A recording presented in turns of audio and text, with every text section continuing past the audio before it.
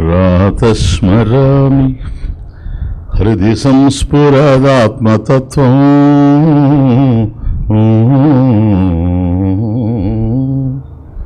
సచిత్ సుఖం పరమహంసగతిం తురీయం యత్ స్వప్నజాగర సుషుప్తమవైతి నిత్యం తద్బ్రహ్మ నిష్కళమహం నచ భూత సంఘః. ఈశ్వరో గురురాత్మేతి మూర్తిభేద విభాగిని వ్యోమవత్ వ్యాప్తదేహాయ దక్షిణామూర్తయే నమః.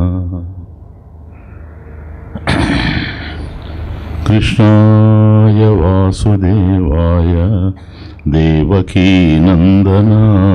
చ నందగోపకుమారాయ గోవిందాయ నమో నమః. హరి ఓం. పూజాదిషు అనురాగ ఇతి పారాశర్యః, కథాదిషు ఇతి గర్గః, ఆత్మరతి అవిరోధేనేతి శాండిల్యః.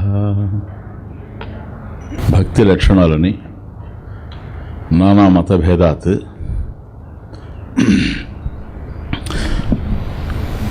వివిధ ఆచార్యులు ఏ విధంగా నిర్వచించారో తెలుసుకుంటూ వచ్చాం.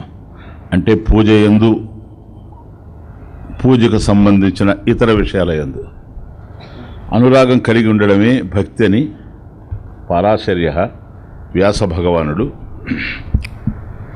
కథాదిషు గర్గః, కాబట్టి కథాశ్రవణము తత్సంబంధమైనటువంటి విషయాల యందు అనురాగం కలిగి ఉండడమే భక్తి అని గర్గ మహర్షి, ఆత్మరత్య విరోధేనైతి శాండిల్య, అంతవరకు ఇప్పుడు చూచాం.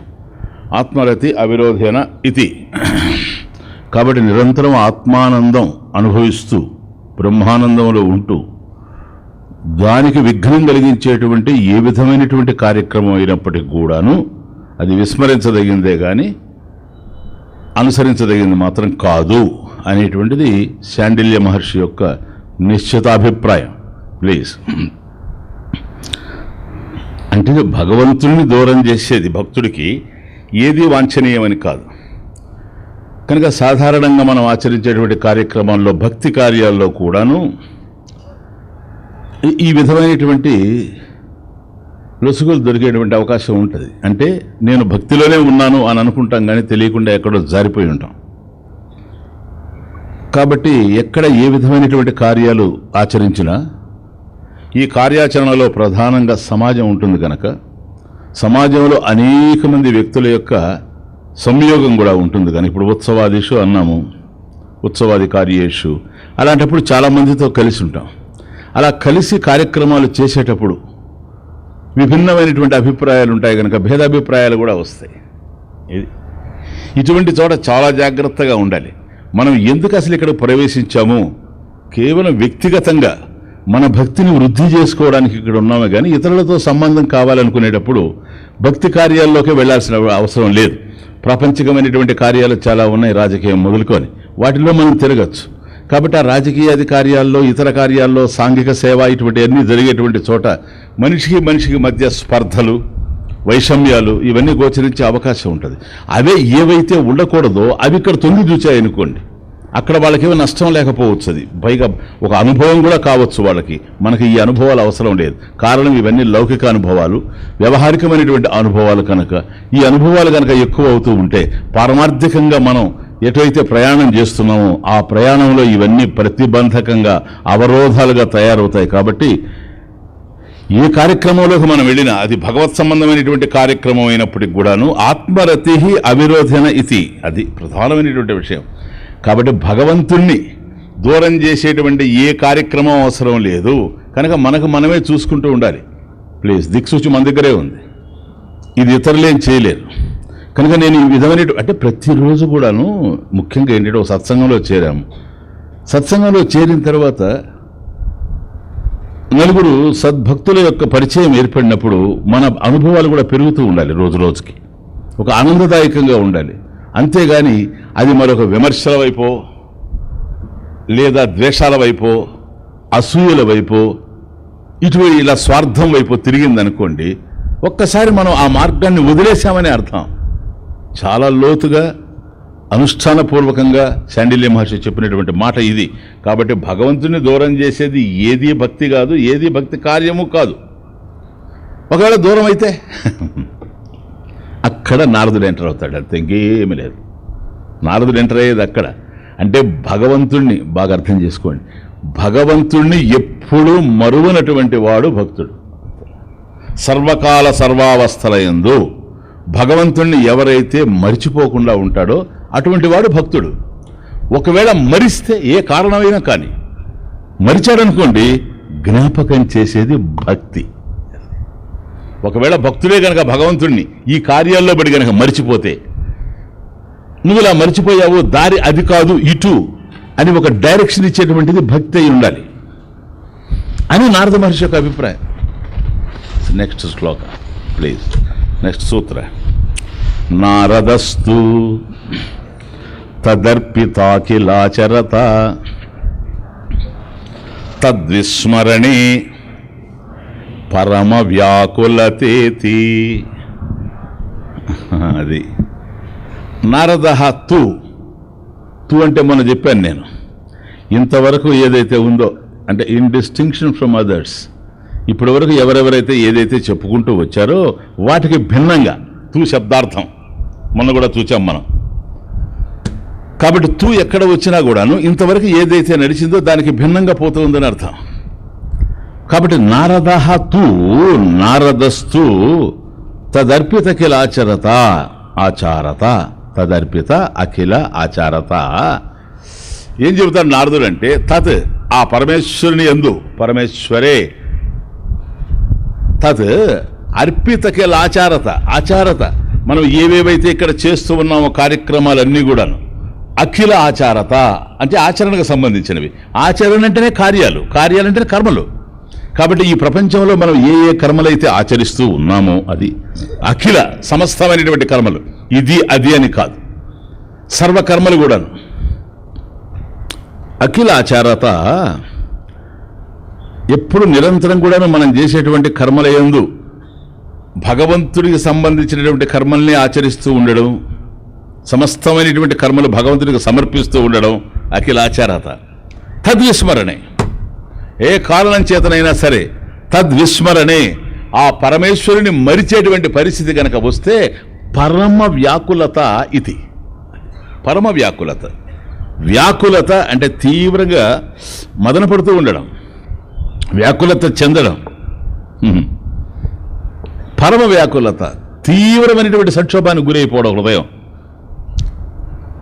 ప్రాపంచికమైనటువంటి వ్యక్తులు వాళ్ళు అత్యంత ప్రధానంగా భావించేటువంటి దూరమైనప్పుడు ఏ విధంగా అయితే కలత చెందుతూ ఉంటారో ఆ విధంగా తీవ్రమైనటువంటి కలత చెందడం. కనుక అందుకని భగవంతుడు నిత్యతృప్త, నిరంతరం భగవంతుడితో సంబంధం పెట్టుకొని ఉంటాడు కనుక అసంతృప్తికి అవకాశం లేదు. నిరాశ్రయ, మరొక దాని మీద ఆశ్రయించుకొని లేడు. అన్యాశ్రయాణం త్యాగ అయిపోయింది అది ఇంతకుముందే. కాబట్టి నిత్యానందంలో ఉంటాడు. ప్లీజ్, కనుక ఇక్కడ తదర్పితఖిల ఆచారత తద్విస్మరణే పరమ వ్యాకులతేతి. నిరంతరం కూడాను భగవంతుని యందే మనసును లగ్నం చేసి ఉండడం, చేసేటువంటి సమస్తమైనటువంటి కార్యాలు భగవంతునికి సమర్పిస్తూ ఉండడం. సర్వం శ్రీకృష్ణార్పణమస్తు, సర్వం శ్రీరామార్పణమస్తు, సర్వం శివార్పణమస్తు, ఏదైనా జరగని. కాబట్టి ఒక శరణాగతి భావం, నేను అనేది లేకుండా శరణాగతి భావంతో జీవిస్తూ ఉండడం. అయినప్పటికి కూడాను ఎక్కడైనా సరే విస్మరణే, మరుపంటూ రావడం జరిగిందంటే మాత్రం ఏ కారణం చేతనైనా సరే వెంటనే తనలో ఒక వ్యాకులత ప్రారంభం కావాలి. ఈరోజు ఒక పెద్ద సమస్య వచ్చింది మనకు, ఉదయం నుంచి సాయంత్రం వరకు ఆ సమస్యలో పడి మగ్గుతూ ఉంటాం. కాబట్టి దానికి ఏ విధమైనటువంటి పరిష్కారం అని ఆలోచిస్తూ ఉంటాం. అటువంటి సమయంలో భగవంతుడి జ్ఞాపకం రాడు, భక్తి కొనసాగదు. ఎందుకంటే ఈ సమస్య యొక్క ఒత్తిడి ఎక్కువగా ఉంటుంది, స్ట్రెస్ ఎక్కువగా ఉంటుంది. అప్పుడు ఆలోచన చేసుకోవాలి. అందుకని శాస్త్రం ఇప్పుడు ఇంత ఎందుకు కావాలి శాస్త్రం అంటే, అటువంటి పరిస్థితుల్లో మనిషికి ఒక అవగాహన అవసరమైంది. బాగా ఆలోచించు. సమస్య పెద్దది, చాలా సంఘర్షణాపూరితంగా ఉంది, భక్తి కొనసాగడం లేదు. ఎంతగా భగవంతుడిని మనం స్మరించాలనుకుంటూ ఉండినా మధ్యలో ఈ సమస్య జ్ఞాపకం వస్తూ ఉంది. ఏం చేయాలి?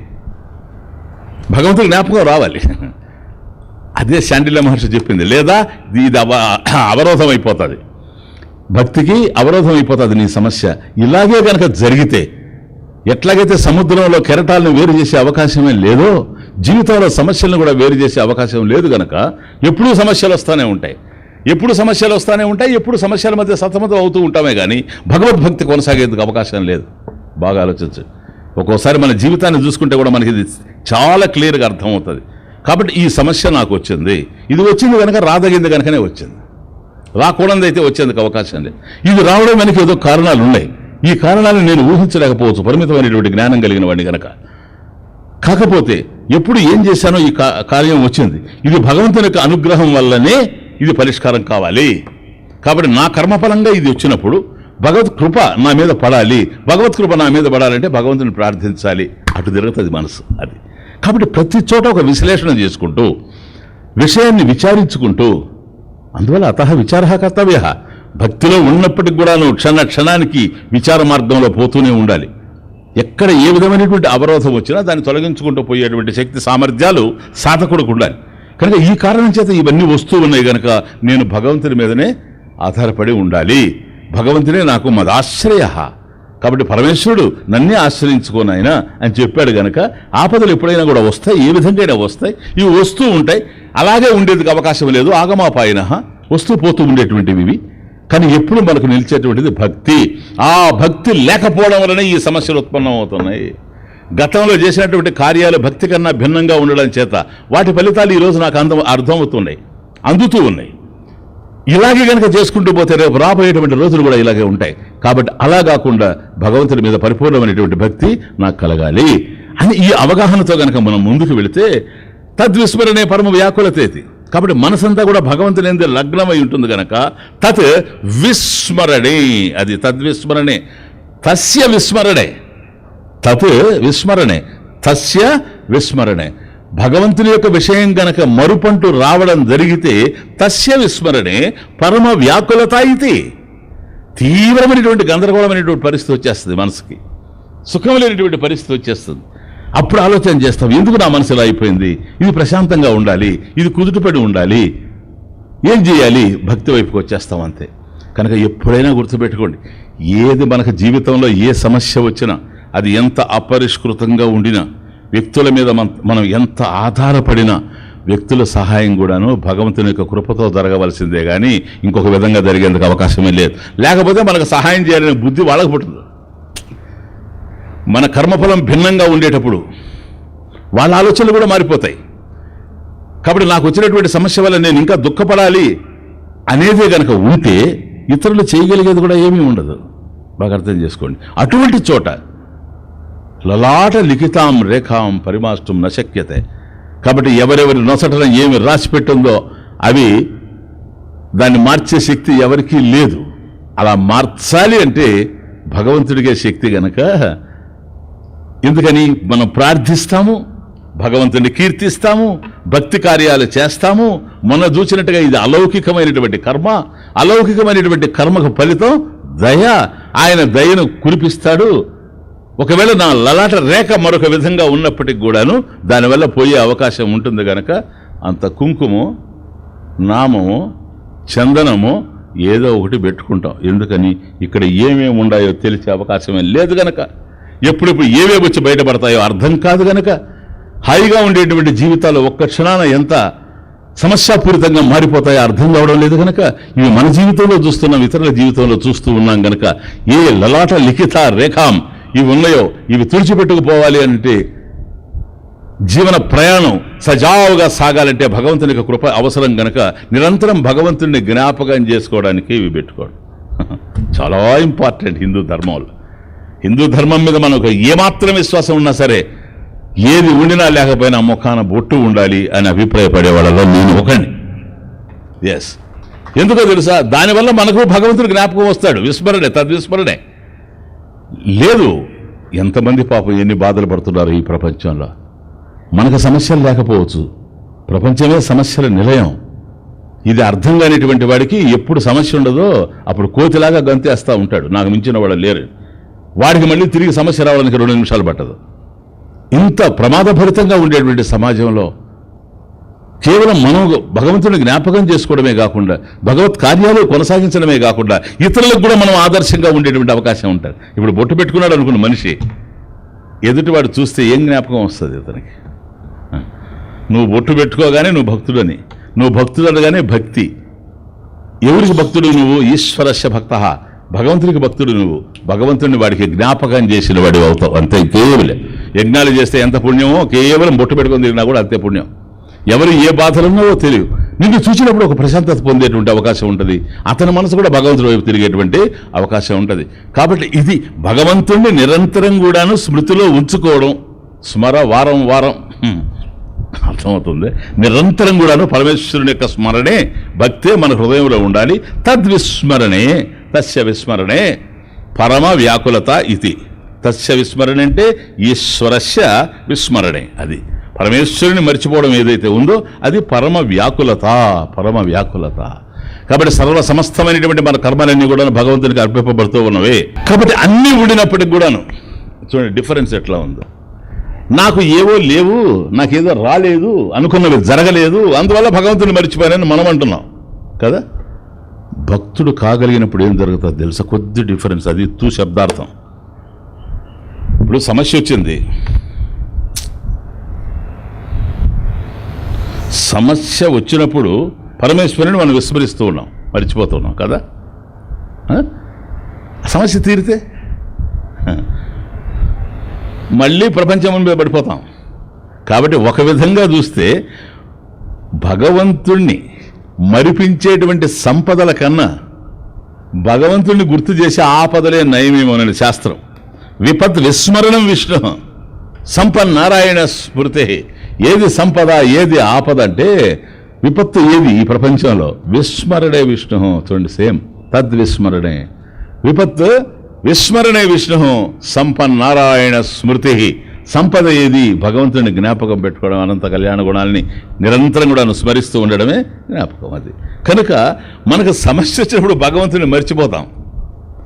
అదే కనుక సుఖాలు ఉంటే వాటి వెంట పడిపోతాం. ఇంకెప్పుడు మనం భగవంతుని ధ్యానం చేసేది చూడండి. భగవంతుని స్మరించేది ఎప్పుడు? సుఖాలు ఉండేటప్పుడా, దుఃఖాలు ఉండేటప్పుడా? సమస్యలు ఉన్నప్పుడా, సమస్యలు లేనప్పుడా?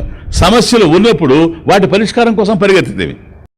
సమస్యలు లేనప్పుడు, సమస్యలు ఉంటే వాటిని ఎట్లా పరిష్కరించాలి ఆ బాధల్లో ఉంటేవి. సమస్యలు లేవనుకోండి ప్రపంచకమైనటువంటి భోగాల వైపు పరిగెత్తుతేవి. ఇంకా భగవంతుని వైపు పోయేది ఎప్పుడు? సమస్యలు ఉన్నా పోవాలి, సమస్యలు లేకపోయినా పోవాలి. అది పురుషార్థ నిశ్చయం.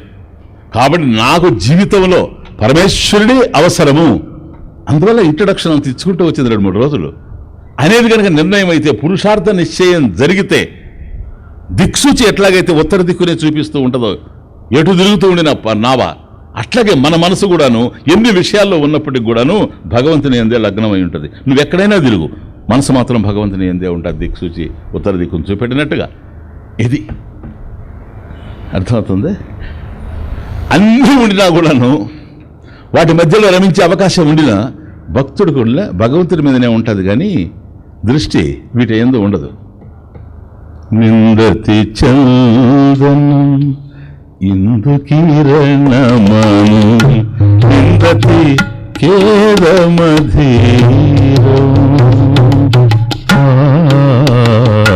నిందతి చందనం ఇందు కిరణమను నిందతి ఖేదమధీరం వ్యాళ నిలయ నిలనే నగరళమివా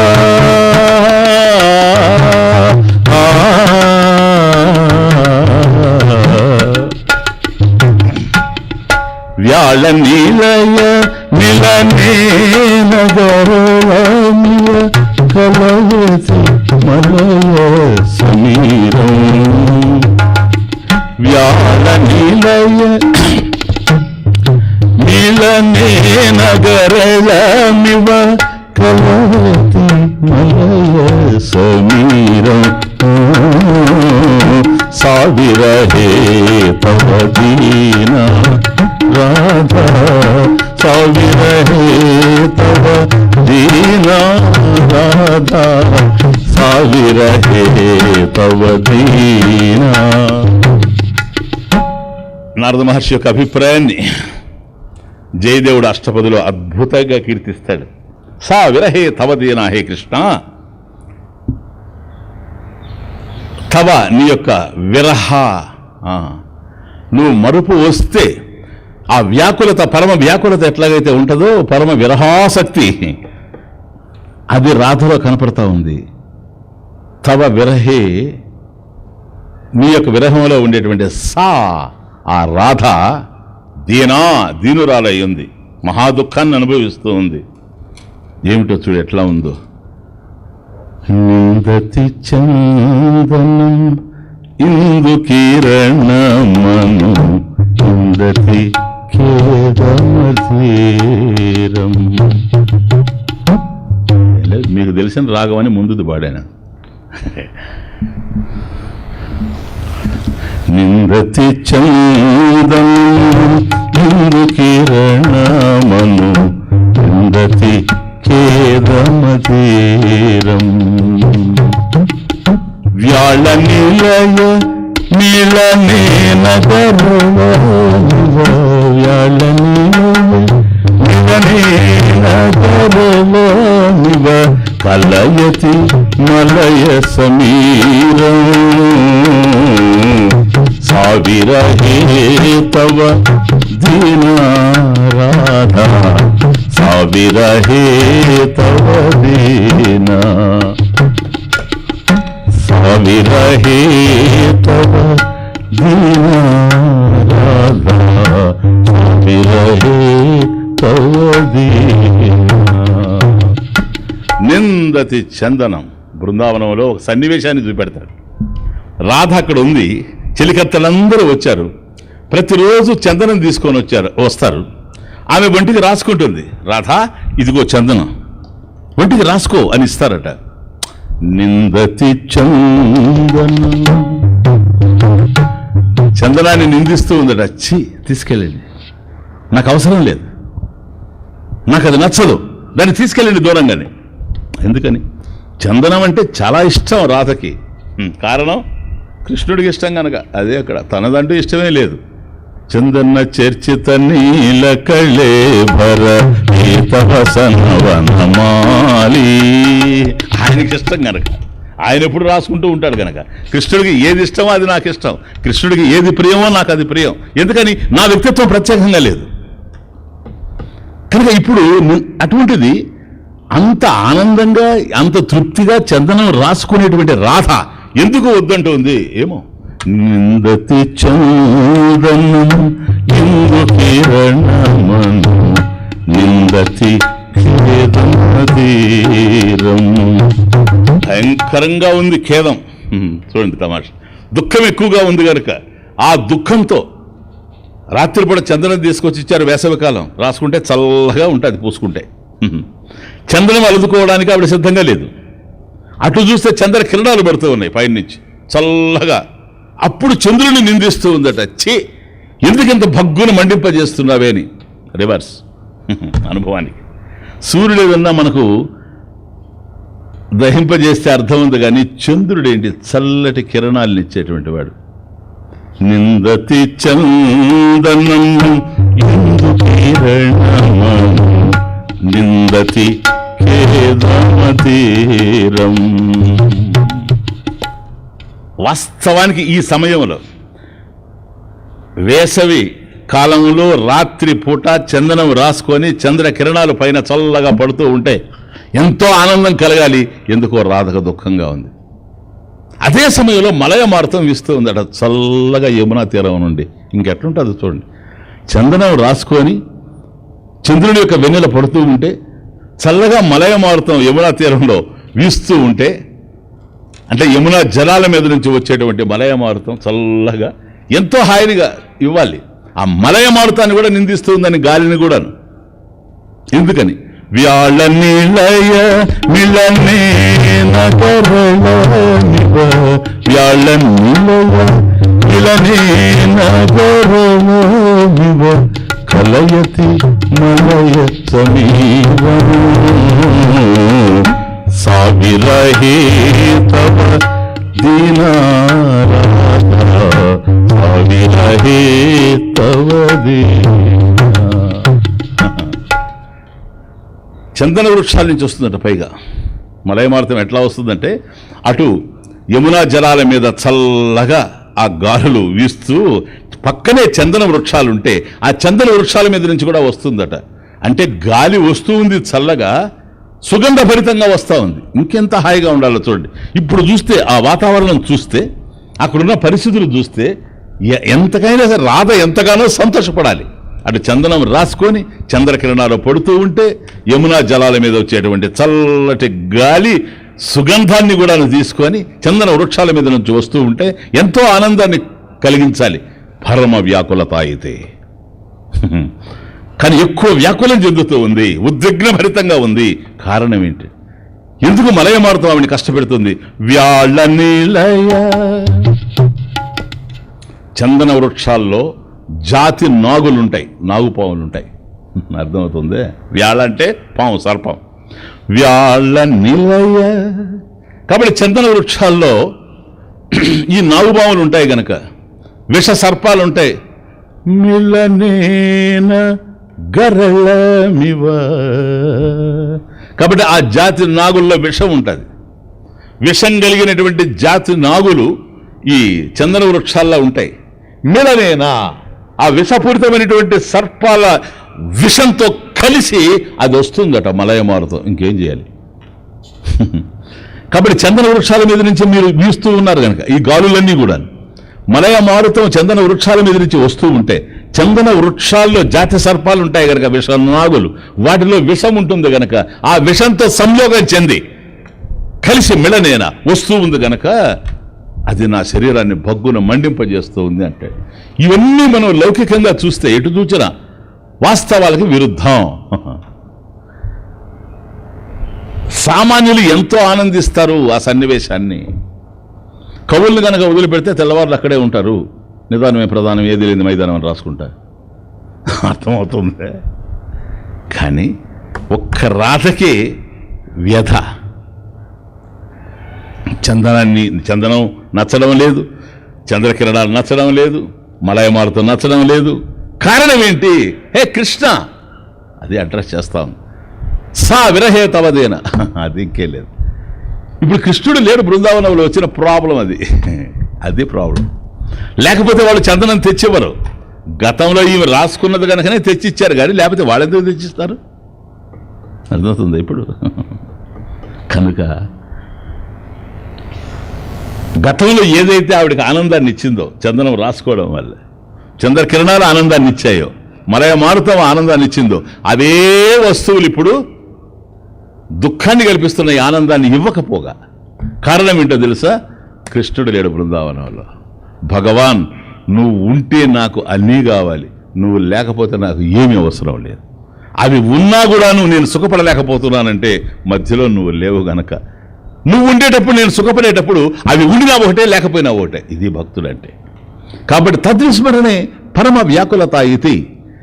తీవ్రమైనటువంటి వ్యాకులాన్ని అనుభవించడం. జయదేవుడు అష్టపదులు 24 రాసింది. ఆ 24 అష్టపదుల్లో ఈ భక్తి తత్వం, ముఖ్యంగా తద్విస్మరణే పరమ వ్యాకులత అనేటువంటిది, ఈ ప్రేమ భక్తి పరమ ప్రేమ రూప అని చెప్పాడు కనుక 2వ సూత్రంలో, సా తస్మిన్ పరమ ప్రేమ రూప, అది సుస్పష్టంగా మనకు కనపడుతుంది. కనుక కేవలం 24 అష్టపదులు రాస్తే 24 పాటలని అర్థం. అంటే 8 చరణాలు ఉంటాయి, అందువల్ల అష్టపది. అది 12వ శతాబ్దంలో రాస్తే ఇప్పటికి 800 సంవత్సరాలైనా కూడా చెక్కు చెదరకుండా ఉండే జయదేవ అష్టపదులు. కారణం అది. అది కేవలం కృష్ణ ప్రేమ, పరాప్రేమ, పరమ ప్రేమ రూపం. అందువల్ల కాబట్టి తద్విహీని తద్విస్మరణే ఈశ్వరస్య విస్మరణే పరమ వ్యాకులత ఇది. పరమ వ్యాకులత ఇది భక్తి. సరిపోలే, ఇంకేముంది? ఎప్పుడు భగవంతుడు మనకు మరపొస్తుందో వెంటనే ఆవేదన చెందుతాం, ఆందోళన పడిపోతూ ఉంటాం. ఎంతవరకు? ఇప్పుడు దాహం వేసింది, ఆందోళన చెందుతూ ఉంటాం, మంచినీళ్ళు తాగుతాం. ఆకలేస్తూ ఉంది, ఆందోళన చెందుతూ ఉంటాం, వెంటనే భోంచేస్తాం. పోవాలి గనక. రోగం వచ్చింది, వ్యాధి తట్టుకోలేకపోతుంటాం, తలనొప్పి తట్టుకోలేకపోతుంటాం, కడుపు నొప్పి తట్టుకోలేకపోతుంటాం, వెంటనే డాక్టర్ దగ్గరికి వెళ్ళి కన్సల్ట్ చేస్తాం. ఆయన వెంటనే మనకు మందు ఇవ్వగానే వేసుకుంటాం, అది తగ్గిపోద్ది. ఈ పరమ వ్యాకులత దేనివల్ల తగ్గద్ది? ఇది తగ్గే అవకాశం లేదు గనక మళ్ళీ భక్తి చేస్తే గాని ఇది తగ్గే అవకాశం లేదు. అందువల్ల తద్విస్మరణే, పరమేశ్వరుని మర్చిపోవడం వల్ల పరమ వ్యాకులత కలుగుతుంది కనుక ఇప్పుడు స్మరణే, తత్స్మరణే. మళ్ళీ ఆ వైపు వెళ్ళిపోతాం. స్మరణ, భగవంతుడు నిరంతరం కూడా స్మరిస్తూ ఉండడం, ఇది భక్తి అంటాడు. అంతే, ఇంకేం లేదు. అంటే నువ్వు ఎప్పుడూ భగవంతుడికి దూరం కావు. ఒకవేళ నువ్వు గనక భగవంతుడికి అయితే భక్తుడైతే, నీవు భక్తుడవైతే, అది క్లాస్, నీవు గనక భక్తుడవైతే భగవంతుడికి ఎప్పుడూ దూరం కాలేవు. పరిస్థితులు ఎంత విషమించినా, ఎంత విరుద్ధమైనటువంటి వాతావరణం జీవితంలో ఏర్పడినా దేన్నైనా వదులుకుంటావు, కానీ భగవంతుడిని వదులుకోలేవు. అది అక్కడ. ఇప్పుడు పెద్ద పెద్ద ఆచార్యులంతా కూడా, వివేకానంద స్వామి, వీళ్ళందరూ కూడా చిన్న వయసులోనే వాళ్ళేనా ఏది అర్థం కాకనా, భోగాలను అనుభవించలేకనా అవన్నీ వదులుకొని వచ్చారు అని అంటే పరమేశ్వరుడితో మనకు ఉండేటువంటి సంబంధాన్ని వాళ్ళు ఎంతగా అర్థం చేసుకొని ఉంటే జీవితాలని కేవలం పరిపూర్ణంగా భగవంతుడి వైపు సమర్పించుంటారో కాస్త లోతుగా పోతే అర్థం అవుతుంది. కనుక తద్విస్మరణే పరమ వ్యాకులతేది. ఎప్పుడు పరమేశ్వరుని నువ్వు మర్చిపోతావో అప్పుడు నువ్వు వ్యాకులత చెందుతూ ఉన్నావు గనక, ఆందోళన పడుతూ ఉన్నావు గనక, ఆందోళనలో ఆనందంగా జీవించలేవు కాబట్టి మళ్ళీ ఆనందాన్ని నువ్వు కోరుకుంటావు గనక భక్తి చేస్తావు. ఈ స్థాయి భక్తి లక్షణం అంటాడు. అంతేకేమి లేదు. అంటే ఒక్క క్షణం కూడా భగవంతుడికి నువ్వు దూరంగా ఉండడానికి అవకాశం లేదు. ఒక్కవేళ గనక నువ్వు మర్చిపోవడమే గనక జరిగితే ఏ కారణం చేతనైనా సరే, హేతువు ఏదైనా కావచ్చు, పరమేశ్వరుడే గనక మర్చిపోతే మాత్రం వెంటనే నిన్ను ఆ వైపు తిప్పేది ఏదో అది భక్తి. ఇది నారదుడి యొక్క డెఫినేషన్. అందువల్ల సర్వకాల సర్వావస్థల యందు కేవలం చిరుతలు ఒక చేతిలో పట్టుకొని, ఓ చేతిలో తంబూర పెట్టుకొని ఏ లోకానికి పోయినా నారాయణ నామాన్ని ఉచ్చరిస్తూ ఆ మహానుభావుడు జీవితాన్ని చరితార్థం చేసుకున్నాడు గనక, మొదటి రోజే మనం చూసినట్టు శాపగ్రస్తుడైనటువంటి నారదుడు ఒక దశలో తనలో ఉండేటువంటి బలహీనతలు కూడా తెలుసు గనక తనకి ఆ బలహీనతల యొక్క కోణంలో నుంచి మనల్ని కూడా చూస్తూ వాటికి మనం బలి కాకుండా ఏ విధంగా జీవితాన్ని భగవన్మయం చేసుకోవాలన్న బ్రతుకుని తెలియజేసేటువంటి ప్రక్రియలో ఈయన డెఫినేషన్ కాస్త డిఫరెంట్గా ఉంది గనక నారదః తు, ఆ తు శబ్దార్థం నారదస్తు తదర్పిత కిలాచారత తద్విస్మరణే పరమ వ్యాకులతేతి. కాబట్టి ఏ కర్మ చేస్తూ ఉండినా మనం శ్రీకృష్ణార్పణమస్తు, ఇది ప్రధానమైనటువంటిదిగా ఉండాలి. చేయదగింది చేయగలమే కానీ చేయలేనిది చేయలేం. కాబట్టి చేయదగింది ఏదో అది భగవదర్పణ బుద్ధితో చేయడం, చేయలేనిది అవసరం వస్తే భగవంతుని యొక్క సహాయాన్ని అర్థించడం కన్నా భక్తుడికి మరొక మార్గం లేదు. స్వామీజీ, ఇంత భక్తి చేసే అవకాశం ఉందా? అలా ఎవరైనా చేశారా? నారదుడు చెప్పేటువంటి భక్తి అస్త్యేవం ఏవం యథా వ్రజగోపికానాం. ఓకే, అస్త్యేవం ఏవం, ఏవం ఏవం అస్తి, అది అస్థి ఏవం ఏవం, అస్త్యేవం ఏవం, ఏవం ఏవం, ఈ విధంగా అది. ఏవం ఏవం ఉదాహరణం అస్తి, అది దీనికి ఉదాహరణ ఉంది అంటే అలా చేసిన వాళ్ళు ఉన్నారని అర్థం. ఏవం, ఈ విధమైనటువంటి భక్తిని, ఏవం ఈ విధంగా ఆచరించినటువంటి వాళ్ళు. అంటే భగవంతుని మర్చిపోతే జ్ఞాపకం చేసేది భక్తి, పరమ వ్యాకులత చెందడం అనేటువంటిది. అలా పరమ వ్యాకులత చెందిన వాళ్ళు ఏవం, అలా వ్యాకులత చెంది మళ్ళీ మనసును భగవంతుని యందు తిప్పినటువంటి వాళ్ళు ఏవం అస్థి, ఏవం ఏవం, ఏవం ఏవం ఉదాహరణం అస్థి. అంటే దృష్టాంతాః సంతి, దృష్టాంతాః, దీనికి దృష్టాంతాలు ఉన్నాయి, ఉదాహరణలు ఉన్నాయి. ఈ విధంగా జీవితాన్ని ధన్యత చేసుకున్నటువంటి మహానుభావులు చాలామంది ఉన్నారు. ఎవరయ్యా అది? వాళ్ళు ఎవరు? వారిదే యథా వ్రజ గోపికానాం. వ్రజపురంలో గోపికలు, బృందావనంలో గోపికలు. ఎగ్జాంపుల్ చూడండి ఎక్కడి నుంచి తీసుకున్నాడు. కనుక కృష్ణుని యందు గోపికలుగా ఏ విధమైనటువంటి పరమ విరహాసక్తి ఉండి నిత్యం కృష్ణ స్మరణలోనే ఉంటూ, తద్విస్మరణే కృష్ణస్య విస్మరణే పరమ వ్యాకులత ఇది, ఎట్లాగైతే ఆందోళన చెందుతూ ఉండేవాళ్ళు. అస్త్యేవం ఏవం సంతి దృష్టాంతః. అది ఇటువంటి ఉదాహరణలు ఎన్నో ఉన్నాయి. ఏవం ఈ విధమైనటువంటి భక్తిని ఈ విధంగా ఆచరించినటువంటి వాళ్ళు. అది ఏవం ఉదాహరణం అస్తి యథా వ్రజగోపికానాం. వ్రజపురంలో గోపికలు ఏ విధంగా అయితే జీవించారో ఆ విధమైనటువంటిది. ఎందుకని వాళ్ళ కృష్ణుడు తప్ప రెండవది లేదు. నేను భాగవతం చెప్పినప్పుడు కూడా మీకు చెప్పాను, యశోదకు కూడా డౌటే. నేను కావలసినంత వెన్న పెడుతూ ఉంటే ఇక్కడ వెన్న తినకుండా అక్కడ ఎందుకు తింటాడు అని అప్పుడు చెప్పాను. కారణం ఏంటో తెలుసా? కృష్ణ కృష్ణ కృష్ణ కృష్ణ కృష్ణ కృష్ణ కృష్ణ కృష్ణ. కాబట్టి వాళ్ళు వెన్న తీస్తూ ఉండినా, పెరుగు చిలుకుతూ ఉండినా కృష్ణ నామం తప్ప రెండవది లేదు. ఒక దశలో యశోద రికగ్నైజ్ చేసింది, మా ఇంట్లో కావాల్సినంత పెరుగుడిరా, వెన్నున్నా పాలున్నా ఇక్కడ తినడం లేదు నాయన, ఇక్కడ కావాల్సినంత తినండిరా, కావాలంటే నీ ఫ్రెండ్స్కి తీసుకొచ్చి వాళ్ళకు కూడా పెట్టు అని నేను చెబుతున్నా అక్కడికే పోయి తింటున్నాడు. ఎందుకో తెలుసా? నా వెన్నలో రుచి లేదు, నా పెరుగులో రుచి లేదు, నా పాలల్లో రుచి లేదు. గోపికలు తీస్తేనే రుచికరమైన పదార్థాన్ని ఎవరైనా భోంచేస్తారు. అందుకని అక్కడికి పోతున్నాడు. ఆ రుచి ఎట్లా వచ్చింది, ఆ మాధుర్యం ఎట్లా వచ్చింది? అది వాళ్ళ భక్తి మాధుర్యం తప్ప ఇంకొకటి లేదు. అది ప్రేమ మాధుర్యం తప్ప మరొకటి లేదు. కృష్ణుడు కావాల్సింది వెన్న కాదు, ప్రేమ.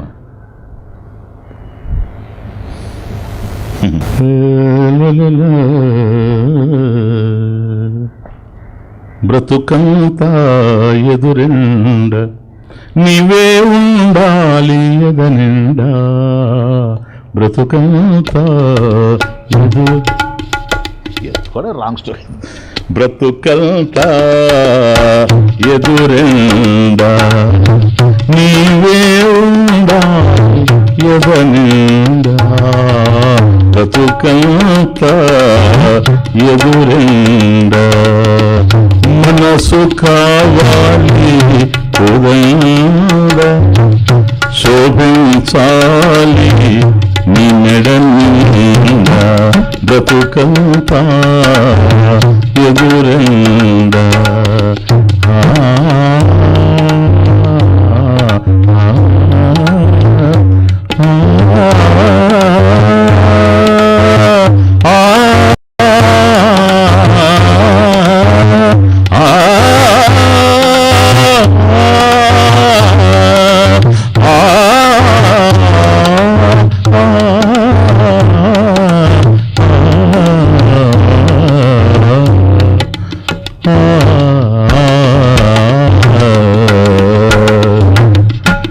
ప్రేమే నా మనసు నిండా,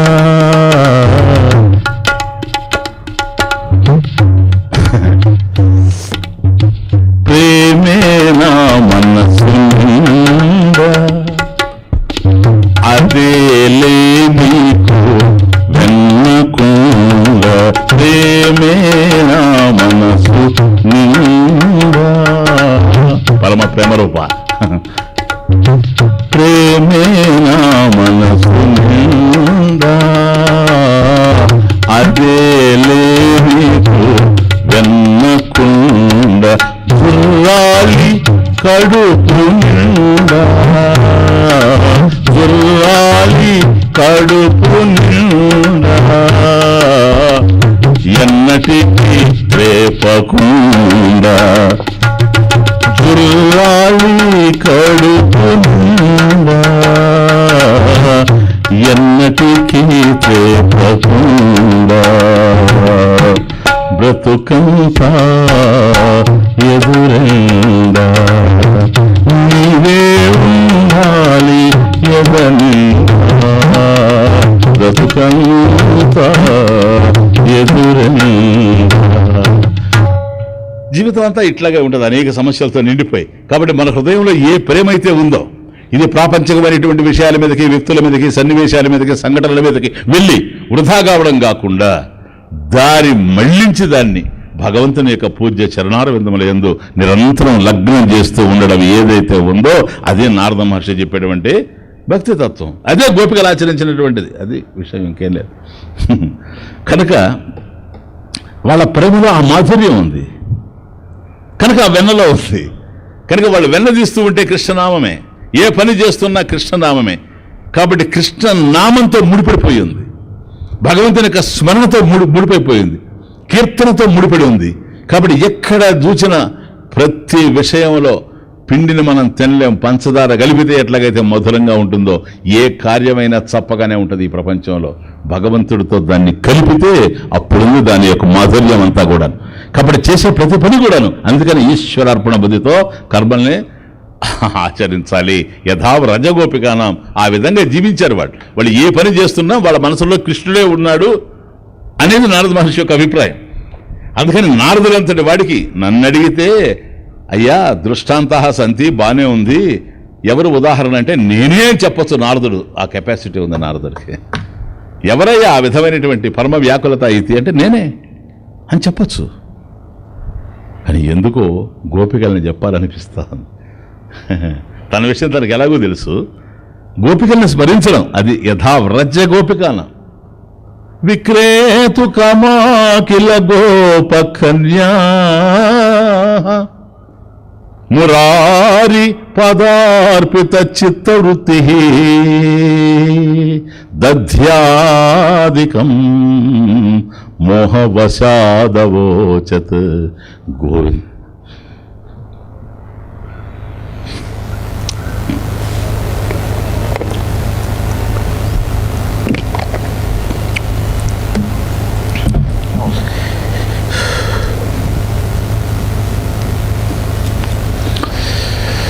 దధ్యాదికం మోహవశాదవోచత్ గోవింద దామోదర మాధవేతి. చూడండి ఇది ఏమిటి అసలు? ఇది విక్రేతు కామాకిల గోపకన్యా కన్యా మురారి పాదార్పిత చిత్తవృత్తి. గోకులం నుండి బయలుదేరి మధురకు వెళ్ళి, ఉదయాన్నే మధురకు వెళ్ళి అక్కడ పాలు పెరుగు అవన్నీ కూడా అమ్ముకొని సాయంత్రానికి వచ్చి అక్కడ వాళ్ళు సంపాదించినటువంటి డబ్బు ఏదైతే ఉంటుందో దాంతో జీవనయాత్ర సాగించేటువంటి వాళ్ళు గోపికలు. అట్లాగే వెళ్తారు. రాను రాను రాను కృష్ణభక్తి బాగా వృద్ధి చెందిన తర్వాత ఆ ప్రేమాతిశయంలో, పరమ ప్రేమాతిశయంలో మధురకు వెళ్ళి అక్కడ అమ్ముతారట. ఇంతకుముందు అమ్మేవాళ్ళు పాలు పెరుగు అని అమ్మేవాళ్ళు పూర్వం కదా. వాళ్ళు పిలిచేవాళ్ళు కదా, పాలు ఇట్రా అంటాం. అదొక విచిత్రం. ఇప్పుడు ఒకడు వంకాయలు అని పోతుంటాడు, మనం వంకాయలు ఇట్రా, వంకాయలు రావు, వంకాయలు అమ్మేవాడు వస్తాడు, అంతే కదా. అట్లాగే ఇక్కడ కూడాను పాలు పెరుగని వీళ్ళు అమ్ముతూ ఉంటే వాళ్ళు పిలిచేవాళ్ళు, వీళ్ళు అమ్మేవాళ్ళు, వాళ్ళు కొనేవాళ్ళు. ఇప్పుడు ఈ ప్రేమ పెరిగే కొద్దీ విపరీతంగా తయారైంది వాళ్ళ వ్యవహారం. అందువల్ల బాలోన్మత్త పిశాచవత్ భక్తులకు ఒకసారి అర్థం గారు పిచ్చోళ్ళలా కనపడతారు సమాజానికి. ఇప్పుడు చూడండి, విక్రేతు కమాకిల గోపకన్యా మురారి పదార్పిత చిత్తవృత్తి చేతవృత్తి ఉపేత్య తిష్టతి. పరమేశ్వరుని యొక్క పాదాలను పట్టుకున్నది మనసు గట్టిగా. కాబట్టి మనసుని ఆయనకి సమర్పించేసి ఉన్నారు కనుక పరమ ప్రేమలో అర్థమవుతుంది. నారదులు చెప్పినటువంటి ప్రేమ ఇదంతా, ఈ భక్తి తద్విస్మరణే ప్రేమ. ఇప్పుడు అమ్ముతూ పోతూ ఉంటే ముందంతా కూడాను పాలు పెరుగు వెన్న కొంటారా అని పోయేవాళ్ళు. ఇప్పుడు అట్లా కాదు. గోవింద దామోదర మాధవేతేది, గోవిందుణ్ణి కొంటారా, మాధవుణ్ణి కొంటారా, దామోదరుణ్ణి కొంటారా? అందరూ ఆశ్చర్యపోతున్నారు. కొండలు తల మీద పెట్టుకొని మాధవుని కొనేది ఏంది, గోవిందుని కొనేది ఏంది, దామోదరుని కొనేది, అయినా ఏడి అతను ఏడి? వాళ్ళు అమ్మేది కొండలు పెట్టుకొని పాలు వెన్న పెరుగు నెయ్యి ఇవి కదా. గోవిందుడు మాధవుడు అంటున్నారు ఏంటని. అంటే గోవిందుడు నమ్మేంతటి వాళ్ళు ఆ వాళ్ళు ఆ గోపికలు మాధవుడు నమ్మేంతటి వాళ్ళ ఏమో నాకు సందేహం లేదు, అమ్మగలరు. ఎందుకని? ఆయన వాళ్ళ సొత్తు సార్, ఎవరి సొత్తు వాళ్ళు అమ్ముకుంటారు. అర్థమైంది? ఇప్పుడు నా వస్తువు నేను అమ్ముకుంటాను, ఇది నా వస్తువు, ఇది నేను అమ్ముకుంటాను, ఎవరు కాదనడానికి. ఆయన ఎవరు? స్వామి వాళ్ళకి. ఆయన స్వామి వాళ్ళకి స్వం. సంస్కృతంలో స్వం అంటే సొమ్ము, సొమ్ము గలవాడు స్వామి. వీళ్ళు ఆయనకు సంబంధించిన వాళ్ళు, అది తమాషా. వీళ్ళు ఆయన సొమ్ము, ఆయన వీళ్ళకి సొమ్ము. వాళ్ళ సొమ్మును వాళ్ళు ఎట్లా నమ్ముకుంటారు? గోవింద దామోదర మాధవేతి. ఎందుకో తెలుసా? వాస్తవానికి పాలు పెరుగని అమ్మాలి వాళ్ళు, కానీ అది రాకుండా గోవింద దామోదర్ అంటున్నారంటే పాలు మనసులో లేవు, పెరుగు మనసులో లేవు. పాలు పెరుగు కుండల్లో ఉన్నాయి, వాళ్ళ మనసుల్లో భగవంతుడు ఉండాలి. అది ఇంకేం లేదు. మనసులో ఏది ఉంటే మాటలో అదే వస్తుంది. మనసు కన్నా భిన్నంగా మాట రాదు. మన మనసులో ఏవైతే నిక్షిప్తమై ఉంటాయో అవే మాటల్లో వస్తాయి. మనసులో భగవంతుడే నిండిపోయినాడు కనుక మాటలో కూడా భగవంతుడే ఉంది. బాగుంది. ఇదేంటిది? కుండలో పాలు పెరుగు కదా ఉంటాయి. వీళ్ళేంది దామోదరుడు అంటాడు, మాధవుడు అంటాడు, గోవిందుడు అంటాడు, ఆయన నమ్ముతారంటాడు. ఇలా రా, వచ్చింది. కానీ కొంటామో అమ్ము, ఇలా దించి పెట్టారు. ఏం కావాలి మీకు అని చూస్తే పాలున్నాయి, పెరుగుండాయి. 2 లీటర్ల పాలు పోయి అట్లాగే అని తీసుకొని ఇట్లా చూచిందట. తమాష చూడండి గోపికల భక్తి. అలా పాలలో చూసి ఇంకా ఆమెకి 2 లీటర్ల పోయిపోతుంది. అలా చూసేటప్పటికి నన్ను నమ్ముతావా అంటాడట. ఈయన చూడండి వ్యవహారం ఎట్లుందో. వాళ్ళకి ఆయనకుండే కనెక్షన్ చూశారు. ఇప్పుడు పాలు కొంటారా అని అడగాల్సినటువంటి ఆవిడ, పాలు అమ్ముతున్నానని చెప్పాల్సిన ఆవిడ దామోదరుని నమ్ముతున్నాను, గోవిందుని నమ్ముతున్నాను, మాధవుని నమ్ముతున్నాను అరిచింది. గోవింద దామోదర మాధవేతి. సరే ఏం చూస్తాం దాంట్లో ఏముందో అని అంటే పాలున్నాయి, దామోదరుడు లేడు, గోవిందుడు లేడు. కాబట్టి ఆ పాలు మాకు అమ్ము అని చెప్పేసి వీళ్ళు అడుగుతారు. తీరా ఇవ్వబోయేటప్పుడు చూస్తే అక్కడి నుంచి స్వామి చూసారా, వాళ్ళకి కుండలో పాలున్నాయి, వీళ్ళకి కుండలోనూ పరమేశ్వరుడే, బుర్రలోనూ పరమేశ్వరుడే. అది వచ్చిన బాధ. ఎందుకని బుద్ధిలో ఎప్పుడైతే భగవంతుడు చేరిపోయాడో ఇంకా ప్రతి పదార్థంలో ఆయనే ఉన్నాడు, ఇంకా రెండో వస్తువే లేదు. దృష్టిం జ్ఞానమయం కృత్వ పశ్చేత్ బ్రహ్మమయం జగత్. దృష్టి ఎప్పుడైతే జ్ఞానాకారం అయిపోయిందో, దృష్టి ఎప్పుడైతే ప్రేమ స్వరూపంగా మారిపోయిందో, వాళ్ళ మనసులో ఉన్నదంతా కూడా ప్రేమ ఎప్పుడైతే అయిపోయిందో, ఏది కనిపించినా ప్రేమ తప్ప రెండవది లేదు. ప్రేమావతారమూర్తి అక్కడి నుంచి అంటాడట, నన్ను నమ్ముతావా నువ్వు? వెంటనే ఈవిడట అవన్నీ పెట్టుకొని నేను అమ్మను పోయి కోరిదేర కొనుక్కొని పోతా ఉంటే ఆ ఇంట్లో వాళ్ళు అనుకుంటారట, దీనికి ఏదో పిచ్చి పెట్టింది మొత్తానికి. ఎందుకని అమ్మేటప్పుడే అరిచిన అరుపు తప్పు. తీయగా పిలిచి అమ్మమంటే సరేనని కూర్చొని మళ్ళీ నేను అమ్మనని పోతా ఉంది. ఏదో మొత్తానికి తేడా వచ్చేసింది అని వాళ్ళు అంటారు. వాస్తవానికి తేడా వచ్చినట్టే. అర్థమైందే? తేడా పోయి తేడా వచ్చింది అంతే, ఎక్కేలేదు. ఈ ప్రపంచకమైనటువంటి ప్రేమలు, మృగ్యమైనటువంటి ప్రేమలు, గుండెల్ని ముక్కలు చేసేటువంటి ప్రేమలు, ఇవన్నీ పోయి అసలైనటువంటి ప్రేమ, పరమ ప్రేమ రూపం వాళ్ళకి లభ్యమైంది గనకనే. భాగవతంలో అయితే వ్యాస భగవానుడు ఒక మాట మాట్లాడిచ్చాడు. ఇక పావం చెప్తాను, మీకు టైం లేదు శ్లోకానికి.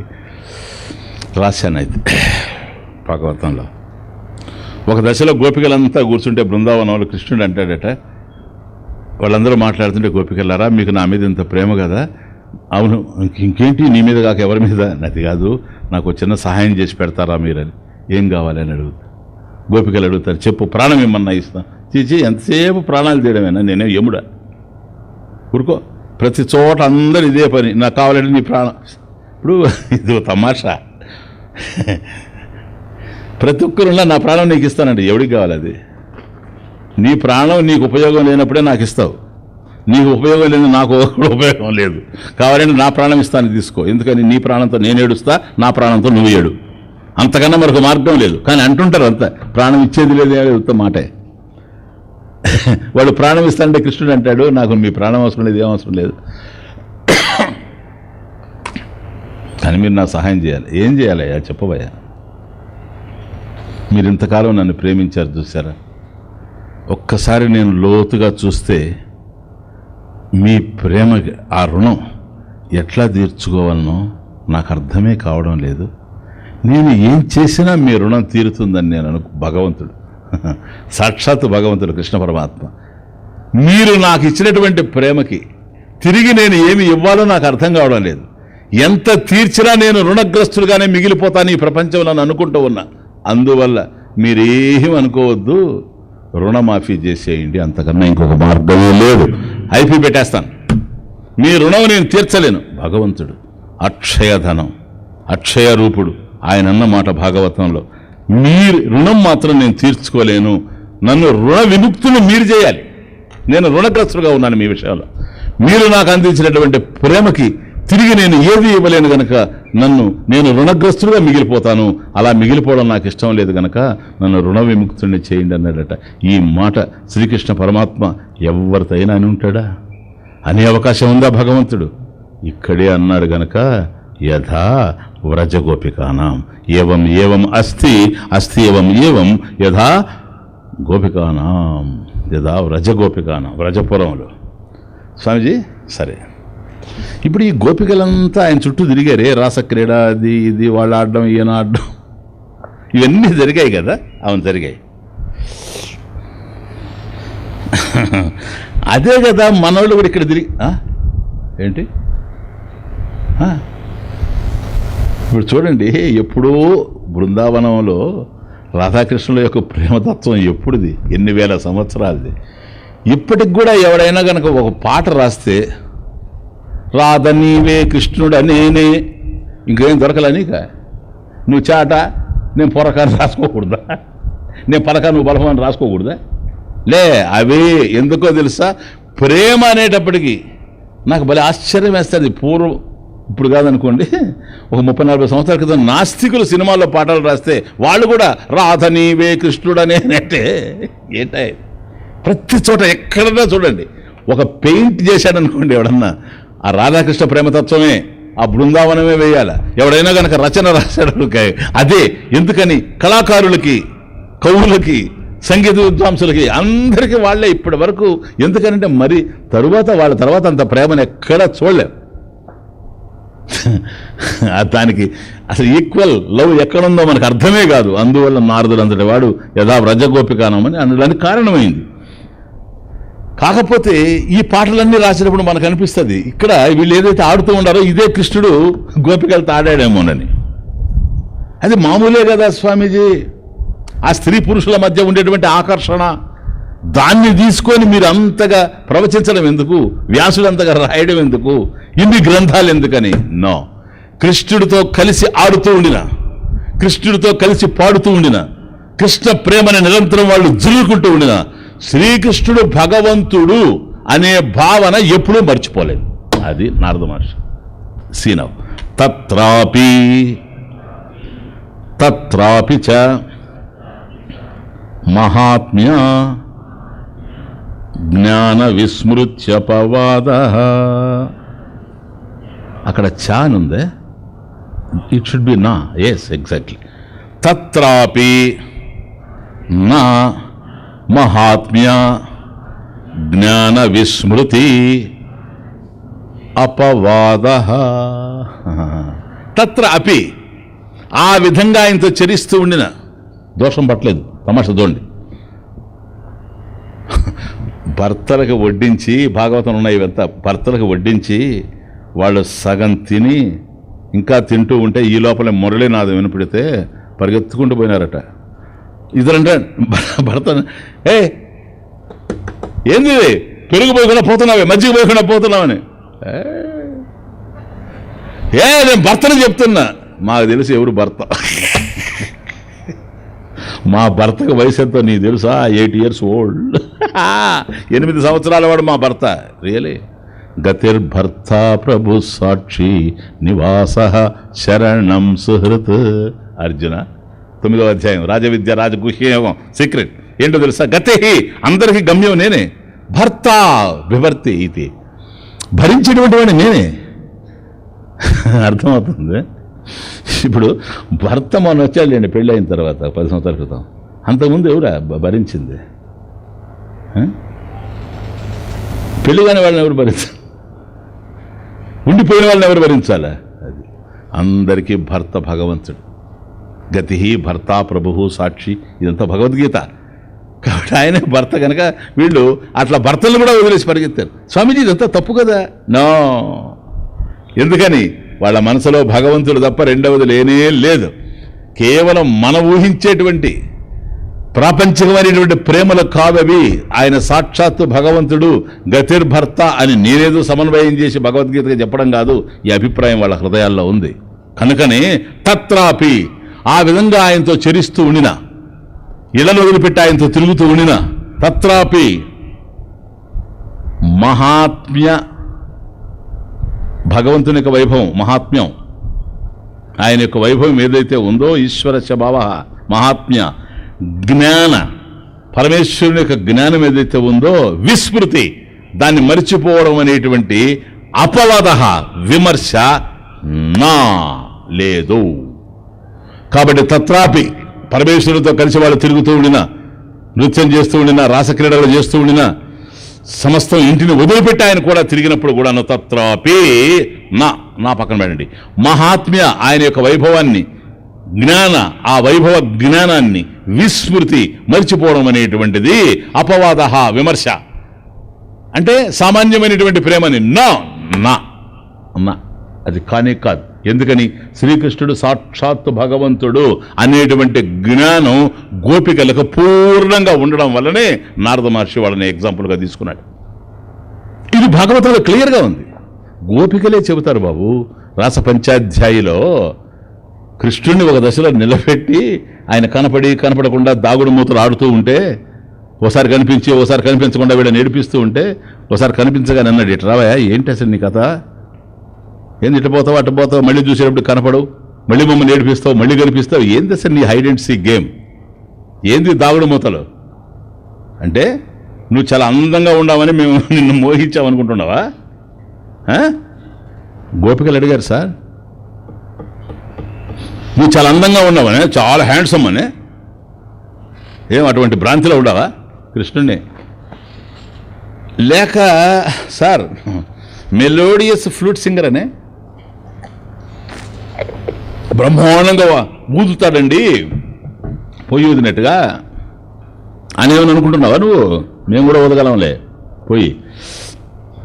నీ మురళీనాదానికి ఏం మేము సమ్మోహింపబడలేదు, నీ అందాన్ని చూసి మేమేం మోహించలేదు నిన్ను. నువ్వేదో బ్రహ్మాండంగా నృత్యం చేస్తావని నీ నృత్యాన్ని చూసి మేమేం కరిగిపోలేదు. నకలు గోపిక నందనో భవా, నకలు గోపిక నందనో భవా, అఖిల దేహినా అంతరాత్మదృక్.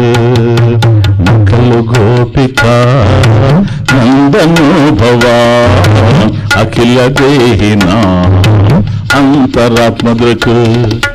విఘ్న సాధితో విశ్వగుప్తయే, విఘ్న సాధితో విశ్వగుప్తయే, సఖవుదేవాన్ సాత్వతాం కులే.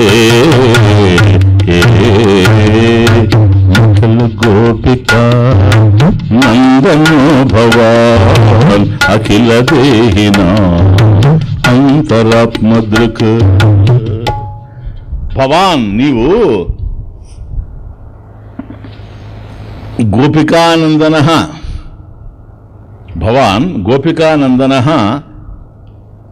నకలు. ఏమయ్యా నువ్వు అందరిలాగా ఈ గోపబాలులంతా తిరుగుతున్నారే, వాళ్ళలాంటి వాడివే నువ్వు?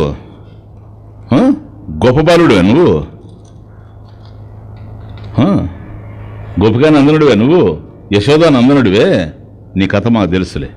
ఏమని? కాదని తెలుసు. నకలు నువ్వు కాదు కదా, మాకు తెలుసు కదా. అదేనా మరి ఎవరు నేను? అఖిల దేహినాం అంతరాత్మదృక్. అది పో ఇంకే. అందరి హృదయాల్లో సర్వ ప్రాణినాం సర్వభూతానాం, కేవలం మనుషులే కాదు, పశుపక్షాదులే కాదు, జంతువులే కాదు, క్రిమికీటకాదులే కాదు, ఎక్కడ చేతన కర్తృత్వం ఉండినా, ఎక్కడ కాస్త కదలిక ఏర్పడినా ఆ చైతన్యం ఏదైతే ఉందో అంతరాత్మ, అది నీవేనని మాకు బాగా తెలుసు. ఒక చోట కాదు. అర్థమవుతుంది? కాబట్టి మాలో కూడా నువ్వు వేరుగా లేవు సార్, మేము నీకు వేరుగా లేము. మాలో ఉన్నది నువ్వే. ఎవరు ఉంటే మేము మాడుతున్నామో, పాడుతున్నామో, ఆడుతున్నామో, తిరుగుతూ ఉన్నామో, ఎవరు లేకపోతే మరు క్షణం ఈ దేహం శవంగా మారిపోతుందో, ఆ చైతన్యం నీవేనని మాకు క్లియర్గా తెలుసు. అఖిల దేహినాం అంతరాత్మ దృక్ విఖన సార్థితో విశ్వగుప్తయే, ఈ ధర్మ రక్షణ కోసం విశ్వగుప్తయే విఖన సార్థిత, విఖనస అర్థిత అంటే చతుర్ముఖ బ్రహ్మేణ అర్థిత ఇది విఖనస. కాబట్టి బ్రహ్మదేవుడు నిన్ను ప్రార్థిస్తే అర్థిత ప్రార్థిత. సృష్టికర్త అయినటువంటి బ్రహ్మదేవుడు, అయ్యా భూలోకంలో చాలా అధర్మం పెచ్చుపెరిగిపోతా ఉంది, ఎక్కడ చూసినా స్కాములేను, కాబట్టి నువ్వు అవతరించని నిన్ను పిలిస్తే నువ్వు వచ్చావని మా తెలుసు. అండర్స్టాండ్? వికన్న సార్థితో విశ్వగుప్తయే సఖుదేవాన్ సత్వతం కులే. సఖా, హే సఖుడా, హే ప్రియుడా. అధ్యాయంలో అనేక శ్లోకాల్లో ఈ విధంగా ఉన్నాయి. కాబట్టి భగవంతుడికి సంబంధించినటువంటి జ్ఞానం, పరిపూర్ణ జ్ఞానం గోపికలకు ఉంది. కాబట్టి మహాత్మ్య జ్ఞాన విస్మృతి అపవాద నా తత్రాపి. వాళ్ళు ఈ విధంగా చరిస్తూ ఉండిన, ఆయనతో కలిసి ఆడుతూ పాడుతూ ఏకాంతంలో రాత్రిపూట తిరుగుతూ ఉండినప్పటికి కూడాను వాళ్ళని ఎవరు కూడాను తప్పు పట్టలేదు సార్. ఒకవేళ ఈ జ్ఞానమే గనక వాళ్ళకి లేకుండా పోయుంటే, ఈశ్వర జ్ఞానం లేకుండా కేవలం పరమేశ్వరుణ్ణి, ఈ ప్రపంచంలో వ్యక్తుల మధ్య పరస్పరం ఉండేటువంటి ప్రేమలే, వాళ్ళని ఏమని పిలిచుండేవాళ్ళు తెలుసా? జారా నామివా, జార స్త్రీలు, వ్యభిచారిణులు అని పిలిచుండేవాళ్ళు. కానీ మహాత్ములంతటి వాళ్ళు కూడా ఏం చేశారో తెలుసా? గోపీ వస్త్రాపహారకాయ నమః. క్యా బాత్ హై. గోపికల యొక్క వస్త్రాలను అపహరించిన వాడికి నమస్కారం. చూచారు ఎంత ప్రేమ, ఎంత జ్ఞానం అందులో ఉంటే అష్టోత్తరంలో కూడా అదే మనం పలుకుతున్నామంటే ఆలోచించండి బాగా. కనుక ఈ జ్ఞానం కనుక వాళ్ళకి లేకుండా పోయి ఉంటే జార స్త్రీలు అనిపించుకునేవాళ్ళు. అదే కనుక వాస్తవం అయితే భాగవతాన్ని, వాళ్ళ వైభవాన్ని అంతా కూడా వివరించినటువంటి శుకబ్రహ్మ ఏమనుకుంటున్నారు? శుకబ్రహ్మ అంటే సాక్షాత్ పరబ్రహ్మ స్వరూపం. పుట్టుకతోనే 16 సంవత్సరాల వయసుగా వచ్చినటువంటి వాడు తల్లి గర్భంలో నుంచి వ్యాస భగవానుని యొక్క కుమారుడు. ఏ రోజు బట్టగట్టినవాడు కాదు, దిగంబరుడు. ఏ ప్రదేశంలో 21 నిమిషానికి మించి ఉండేటువంటి వాడు కాదు, అస్ఖలిత బ్రహ్మచారి, పూర్ణ జ్ఞాని. అటువంటి వాడు గంగా తీరంలో కూర్చొని భాగవతాన్ని వినిపిస్తూ ఉన్నాడు. గోపికల యొక్క ప్రేమని అంటే దాన్ని జార స్త్రీలని అంటామా? ఒకవేళ భాగవతాన్ని బోధించేటువంటి వాడు శ్రీ శుకుడు, శుకబ్రహ్మ, దాన్ని శ్రవణం చేసేటువంటి వాడు 7 రోజుల్లో మృత్యుముఖంలోకి వెళ్ళేటువంటి పరీక్షణ్ మహారాజు శాపగ్రస్తుడై 7 రోజుల్లో చనిపోబోతూ ఉన్నాడు. ఆయనకి అవసరమా ఈ లైంగిక విషయాలు? సాక్షాత్ భగవంతుడైనటువంటి శుకబ్రహ్మకు అవసరమా?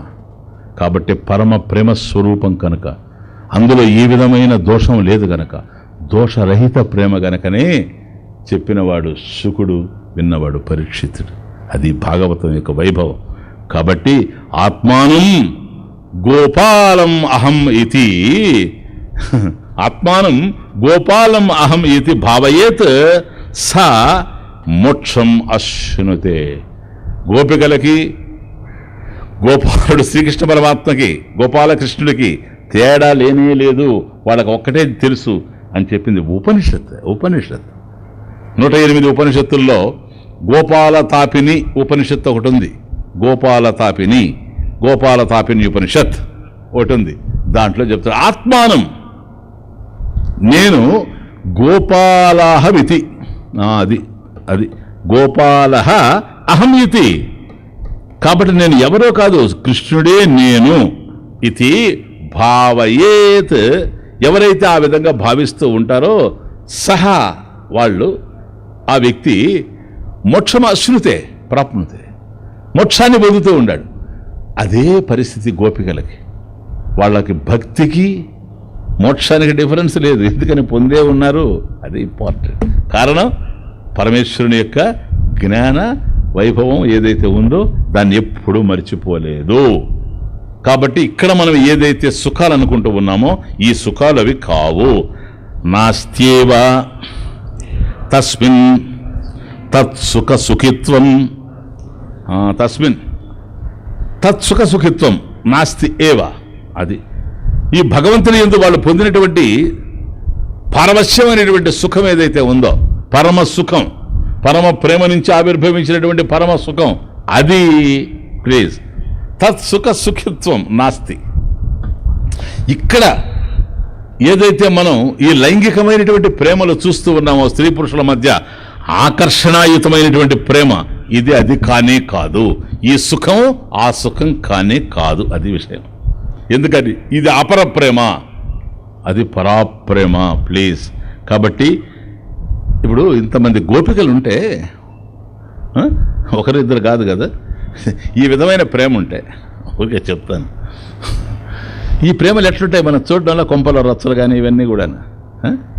కూరగాయలు తెచ్చిన ఆవిడతో కూడా కొద్దిసేపు కనుక భర్త మాట్లాడితే, భార్యట పిలిచి, నువ్వు కూరగాయలు కొనడానికి పోయినావా ఇంకేదైనా, ఎంతసేపు మాట్లాడేది, కొనుక్కొని రావా అనడం మనం వినాలే కదా. గోపికలకు ఉందా ప్రాబ్లం? చెప్పండి. ప్రాక్టికల్గా చెప్తున్నా నేను కదా.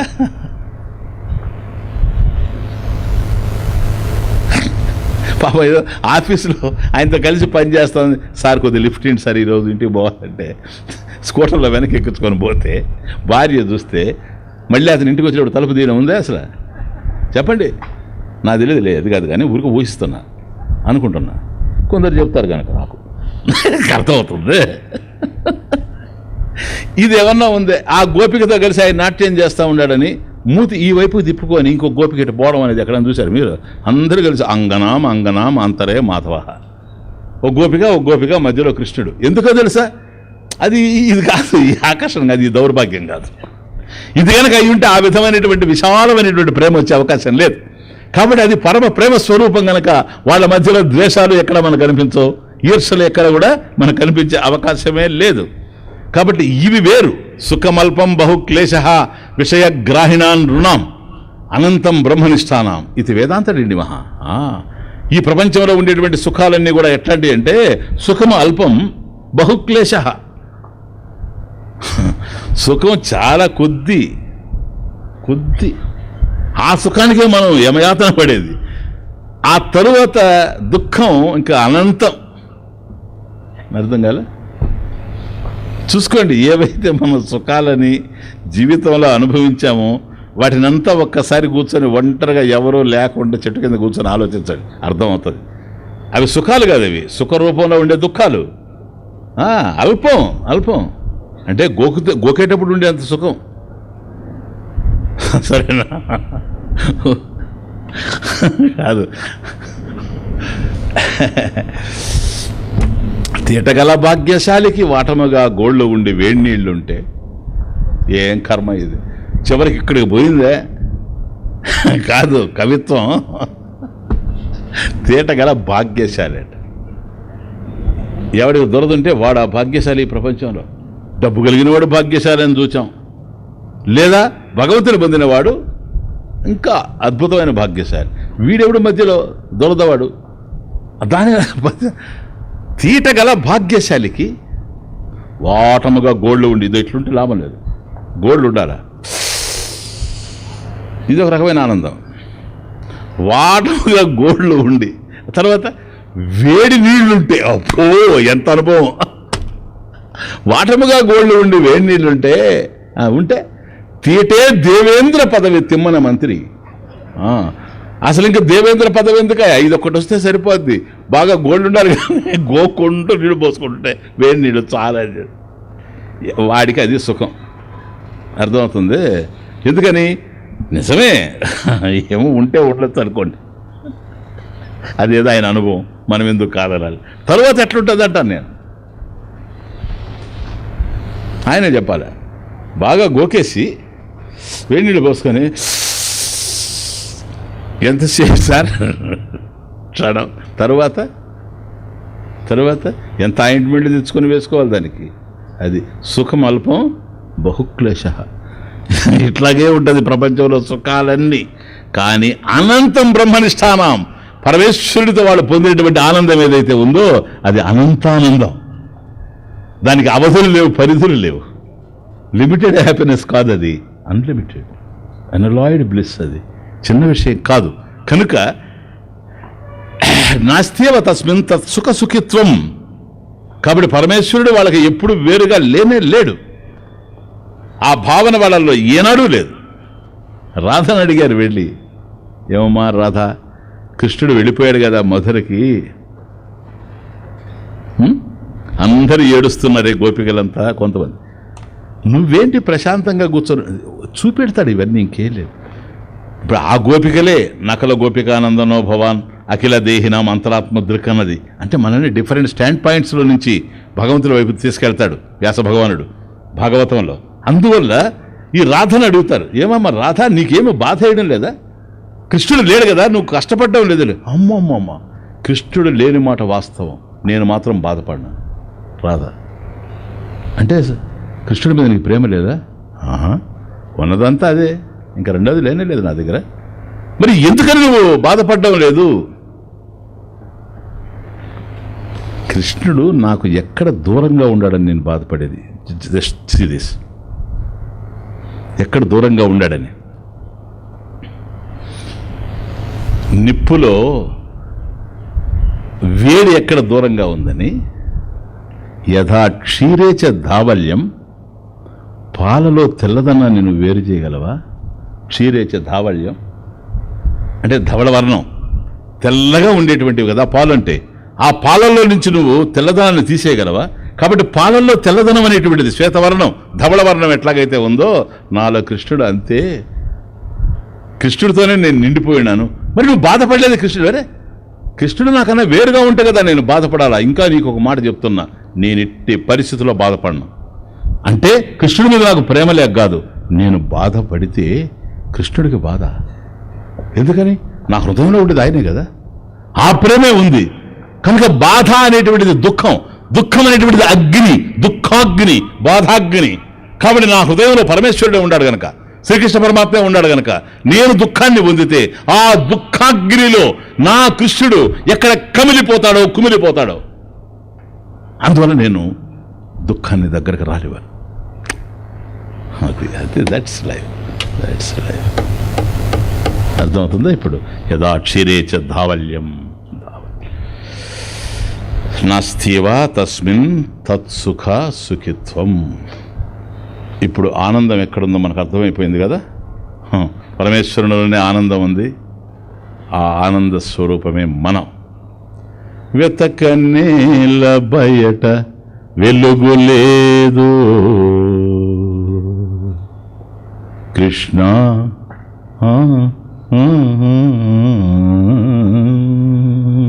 వెతకనేల బయట వెలుగు లేదు, అంతరంగాన ఉన్నది నిత్యకాంతి, వటపత్ర శాయివై దారి చూపినావు, నీ అడుగుల కడ పడి ఉందు చిన్ని కృష్ణ కృష్ణ.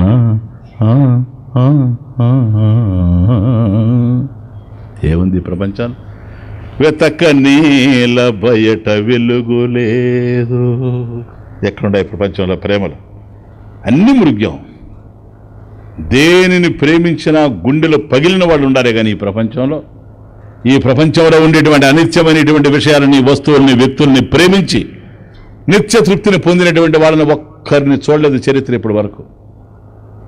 ఎవరిని మనం ప్రేమించినా వాళ్ళ కోసం కొన్ని కన్నీళ్లు పెట్టుకోవాలి. దేనిని మనం ప్రేమించినా దానికోసం కొన్ని కన్నీళ్లు పెట్టుకోవాలి. అది కాబట్టి నిజమైనటువంటి వెలుగు ఎక్కడుంది ఈ ప్రపంచంలో? నిజమైన ప్రేమలు ఎక్కడున్నాయి ఈ ప్రపంచంలో? అన్నీ అనిత్యం గనక. వెతక నీల బయట వెలుగు లేదు, అంతరంగాన ఉన్నది నిత్యకాంతి. ఏది ఉండడం వల్ల ఈ దేహం ఉందో, చైతన్య జ్యోతిష అవభాసితస్య మనసః మనన సామర్థ్యం.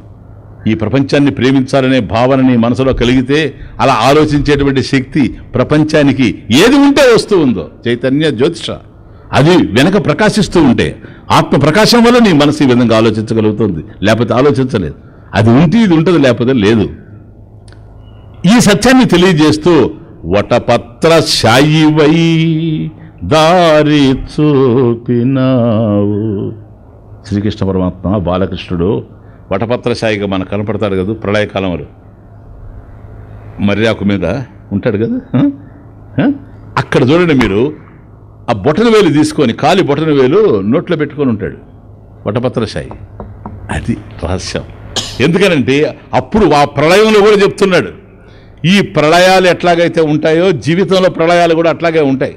కాబట్టి బాహ్యానికి ప్రపంచంలోకి వెళ్ళి అనిత్యమైనటువంటి ఈ ప్రపంచంలో నిత్యమైనటువంటి శాంతి కోసం ప్రయత్నం చేసే వాళ్ళ జీవితాలన్నీ ఇట్లాగే ఉంటాయి.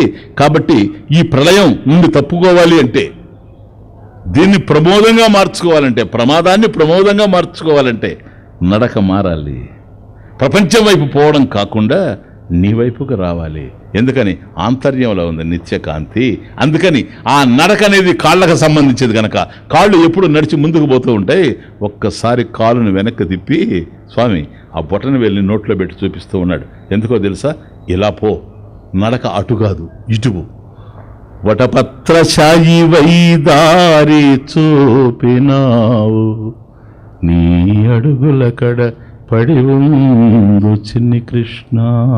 ఇక్కడికి లక్షణాన్ని వాచ్యంతే నానా మతభేదాత్ అంటూ మనం ప్రారంభమై మన